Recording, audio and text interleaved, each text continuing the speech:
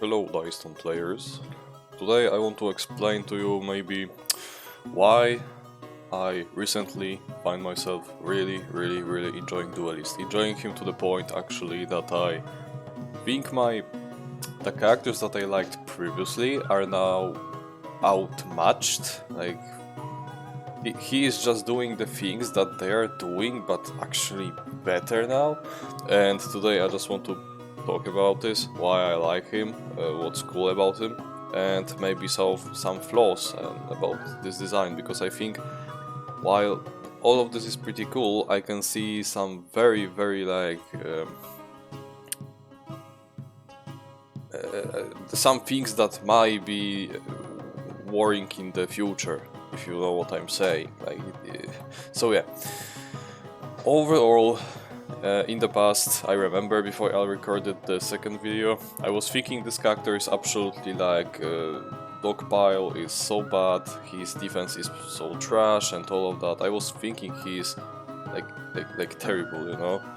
Like everything he's doing is just the things that other characters are doing, but now in the, you know, more cooler fashion and all of that. However, when I was playing him like a lot recently, I think he's one of the most busted rushing characters in the whole game. Like there is no question, he's just too busted.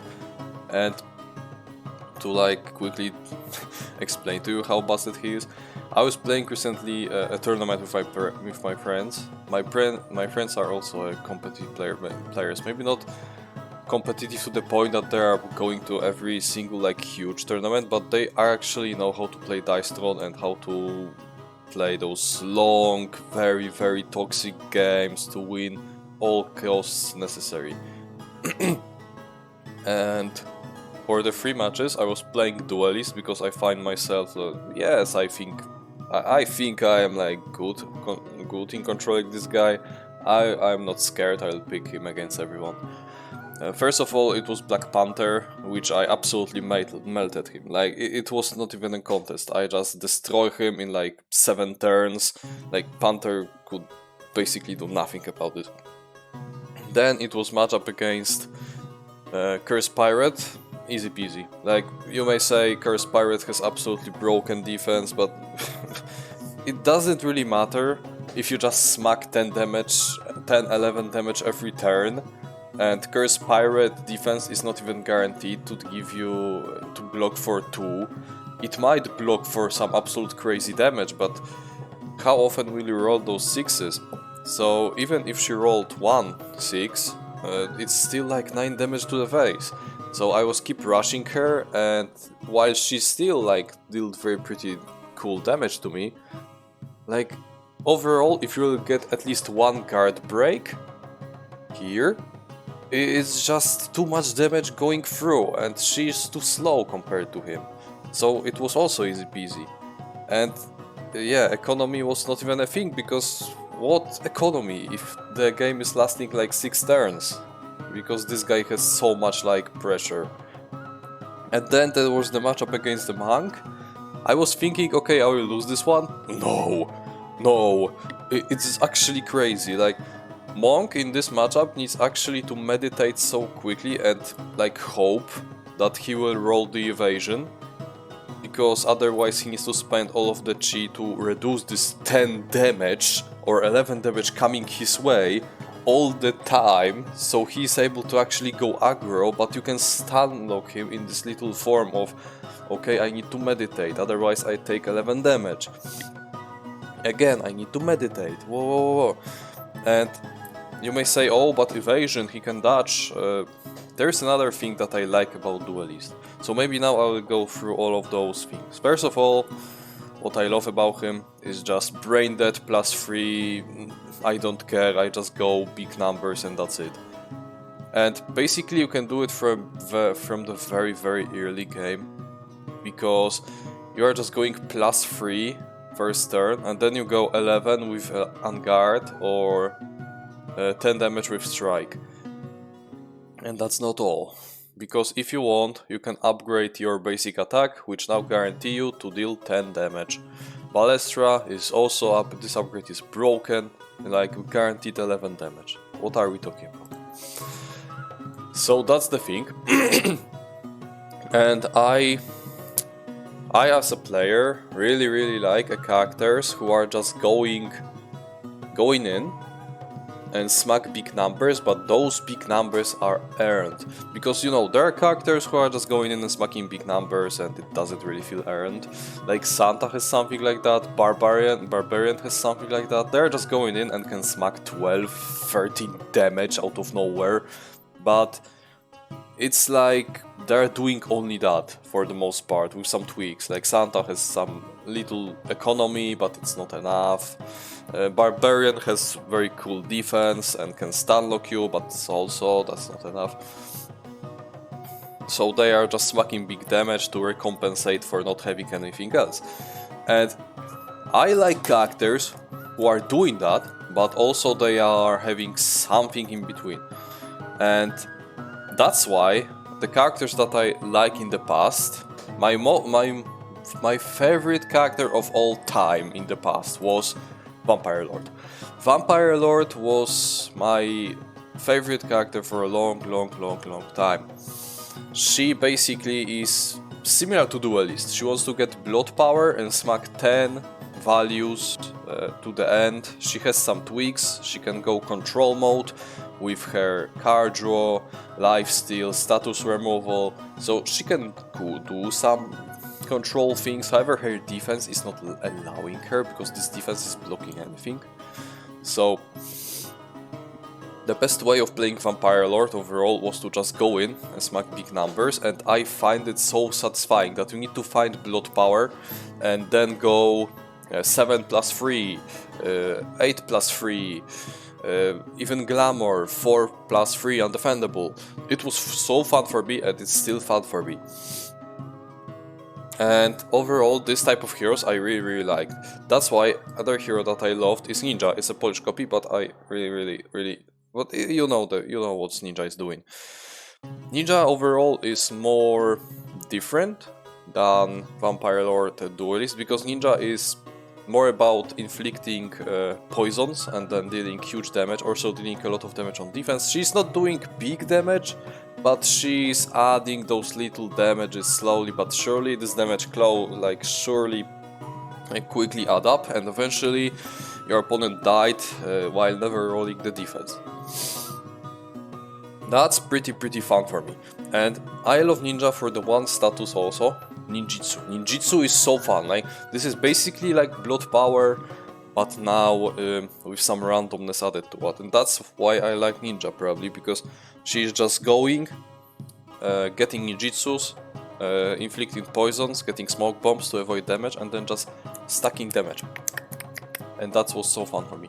Also, third character that I really like was Artificer, but Artificer is not here because I'm just not that big fan of him. But I played probably the most matches with Artificer, and also I love him for the 10 value spam playstyle, and that's it. So yeah, with that said, let's look now at our duelist. So, he's another character who smack +3. How many characters like that we got in the game? You can say Gunslinger, yes. Samurai, for sure. Vampire Lord, sure. Artificer, sure. Someone like Gambit, sure. Overall, there are a lot of characters who just rely on this whole +3 playstyle, and he is another one of them. But I think he is the coolest one, and also the hardest one to disrupt. And now I want to talk a little about this whole things that I am concerned that might be a problem for the future of Dice Throne if they decide to go in this direction. So let's talk about this. Why Duelist is so different from other heroes that have +3? Status effects. Overall, I don't know if you really noticed that, but in Vanguard box, those heroes don't really use status effects. All of things they are doing, their win condition, is built into their unique abilities. There are not status effects, there are something like this footwork track like Forge Master, Armor, Druid, Shapeshifts, or Sun Elf, Sundial. Those things have one thing in common. Opponent cannot disrupt them, like at all. They can play around them, like Duelist, yeah, you can smack into his defense, so he needs to go lower, but it doesn't matter for the good Duelist player. He might say, I will not roll defense, or he might be just like, okay, but I will go down, and then I will find my way to the top anyway. So, this is the thing for Vanguard. There is not that much counterplay about some of those abilities, like Sun Elf Sundial, sure, it's very bad mechanic overall. Sun Elf is like crap character that only heals and nothing more, but you cannot do anything about the Sundial, like nothing.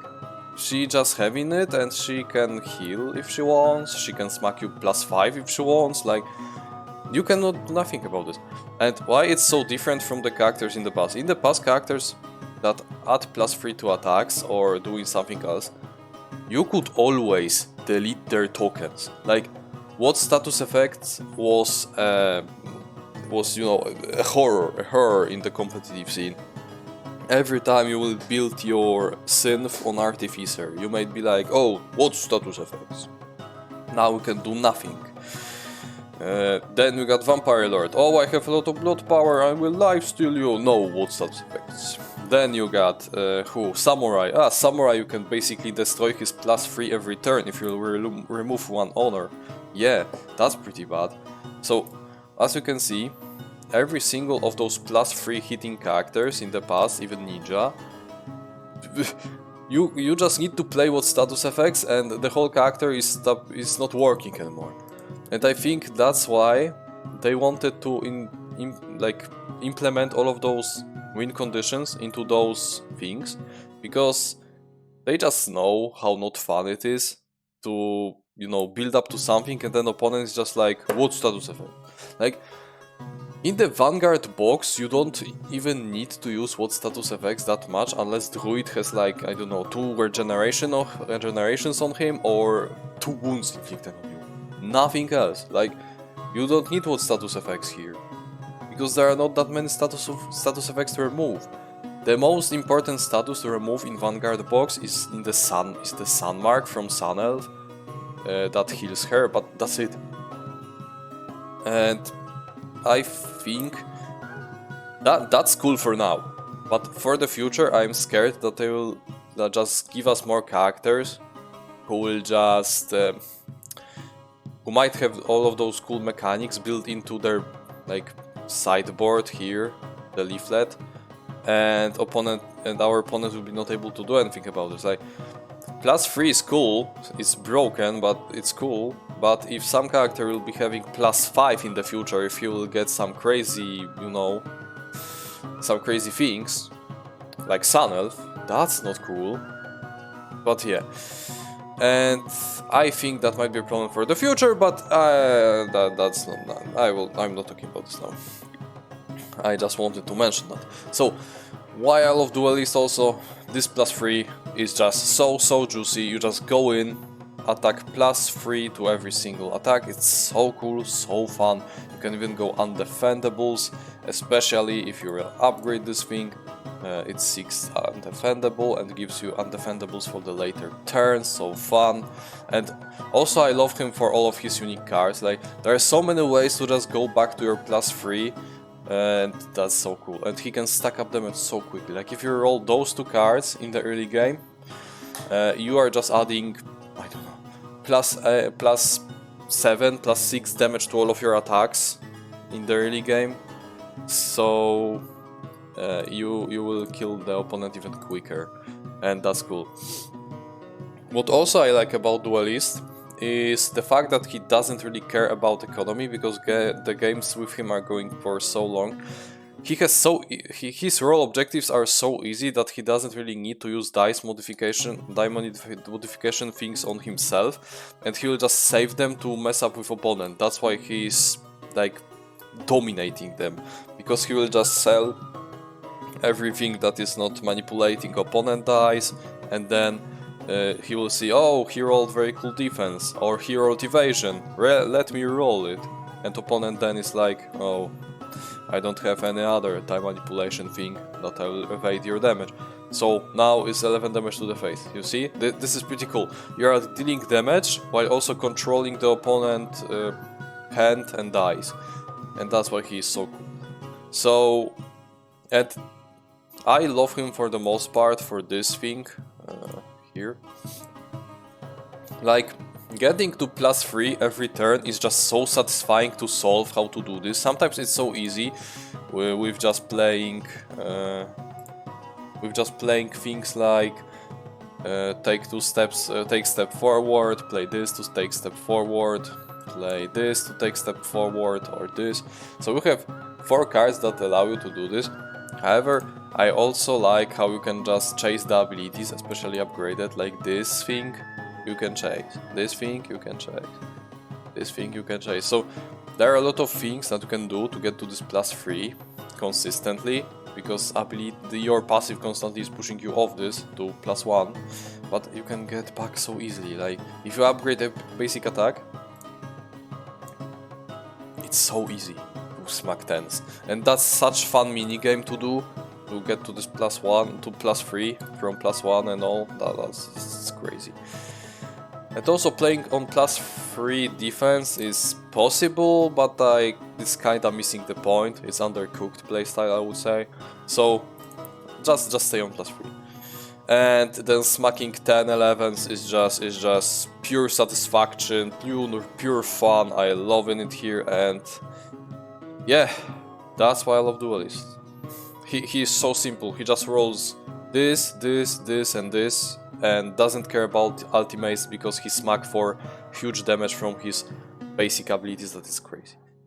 And this minigame is so fun. So yeah, I think I'm comfortable to pick him against almost the whole roster now. Maybe not the whole roster, but most of it. Because he still can be raised. Like, someone like Wolverine will just obliterate him. But yeah, he is so fun. So yeah, that was my video, very short video with some of my. I just wanted to talk to you about how high I love this character and why I think why it might be so fun to have more characters like that with built-up abilities in their leaflet rather than tokens, while also might being a bit problematic in the future. So yeah, that was it. Write in the comments, how do you like Duelist, what are your favorite characters, and yeah, that was it. See you in the next Dice Stone video. I don't know when, but for sure there will be more. So yeah, if you're interested, you can like, subscribe, and then wait for them in the future. Also, you can write in the comments about what character you want me to make a video. So yeah, thank you so much for watching, and yeah, go play Dice Stone, go play Duelist. So yeah, have fun and good day. Peace.